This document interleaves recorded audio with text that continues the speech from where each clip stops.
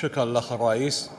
الأخ الرئيس، في بداية انعقاد الدور الأول للمجلس تم الاتفاق بين النواب على تشكيل لجنة تنسيقية من 9 نواب للتفاوض مع الحكومة في قرار قوانين متفق عليها بين جميع النواب، واتفقنا وضع خارطة طريق منظمة في وقت وتاريخ محدد.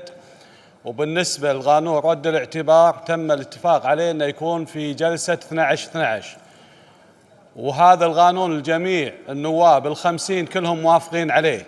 نتمنى من الإخوان اللي كانوا هم أصلا من الأساس هم فوضين اللجنة التنسيقية اللي من 9 نواب أنهم يحترمون ما اتفقنا عليه، وحنا نعلم مدى الإحراج أو مدى الضغط اللي يواجهونه من الناخبين ومن أهل الدائرة ومن نفسهم اللي يبون رد الاعتبار. حنا كلنا متفقين معاهم، حنا كلنا وياهم، ونتمنى سحب هذا الطلب وتأجيله لأن يوم 12/12 راح نوافق على هذا القانون، وهم ناس يستحقون رد الاعتبار والكل معاهم. 50 نائب كلهم متفقين على هذا الشيء. شكرا لأخ الرئيس.